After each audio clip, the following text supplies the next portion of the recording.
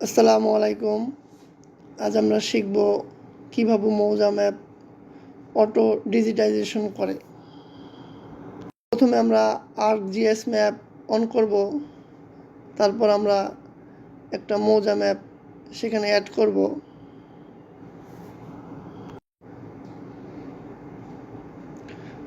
মৌজা map add হয়ে গেলে আমরা দেখব প্রপার্টিসে যে এখানে ক্লাসিফাই কথাটা আছে কিনা। দেখুন এখানে ক্লাসিফাই নাই। এখানে টুলবার্স থেকে system toolbars, 3D analysis toolbars, এখান থেকে রাস্টার রিক্লাস, এখানে আছে আমাদের রিক্লাসিফাই। এখান থেকে আমাদের মৌজা ম্যাপটা অ্যাড করতে হবে। মৌজা ম্যাপ অ্যাড হয়ে গেলে একটু সময় নেবে।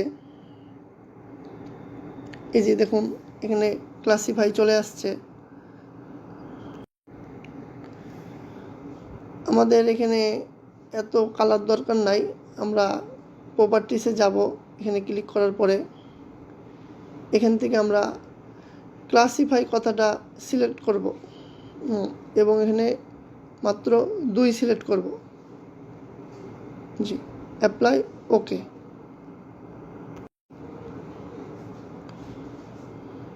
এখন আমরা একটা শেপ ফাইল খুলব, পলিলাইন শেপ ফাইল। এখানে আমরা একটা নাম দিব। আগে পলিলাইন সিলেক্ট করে নেব, যে কোনো নাম দিতে পারেন আপনারা, সমস্যা নাই।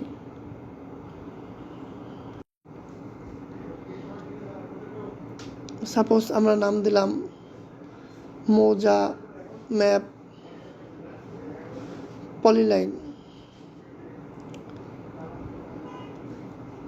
তারপর এডিট থেকে যে আমরা গুগল কোঅর্ডিনেট সিলেক্ট করে নেব।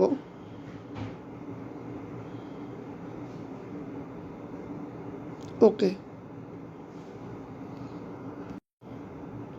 এখন আমরা অরিজিনাল ম্যাপটা তুলে দেব, ওটা আমাদের আর দরকার নেই, আমরা ডিলিট করে দিলাম। এখন আমরা এডিটে যাব।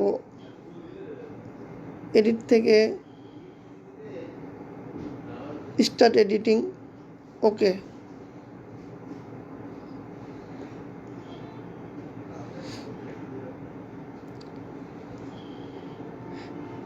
কন্টিনিউ। দেখুন এটা করার ফলে এই যে ভিক্টোরাইজ টুল চালু হয়ে গেছে। আমরা এখানে যাব, সিস্টেমে যে আমরা এইটা ক্লিক করব, তারপরে এখানে 1 দিব, ক্লোজ। এখানে ক্লিক করে আমরা আমাদের যতটুকু আমরা মৌজা ম্যাপ করতে চাচ্ছি ওই অংশটুকু সিলেক্ট করব,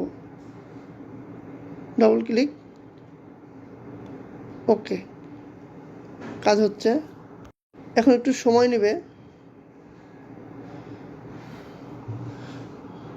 হয়ে গেছে, আমাদের ভেক্টরাইজ হয়ে গেছে।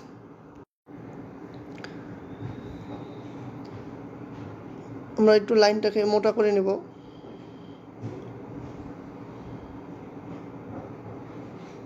এখন আমরা এডিটকে স্টপ করে দেব, সেভ এডিট, আবার স্টপ এডিটিং। এখন আমরা এটাকে ক্যাট ফাইলে রূপান্তর করব, ডাটা এক্সপোর্ট টু ক্যাট। এখানে আমরা যেখানে রাখবো আমাদের ফাইলটা সেখানে একটা নাম দিব। অলরেডি আমার 2টা নাম দেওয়া আছে, একই জিনিস প্র্যাকটিস করছি। দেখুন 3 দিলাম, সেভ, ওকে। একটু সময় নেবে। এই যে আমাদের ক্যাট ফাইল হয়ে গেছে। এই যে আমরা এই যে ওপেন করলাম, এই যে হয়ে গেছে। অনেক ধন্যবাদ। আবার দেখা হবে আগামী কোনো লেসন নিয়ে। আসসালামু আলাইকুম।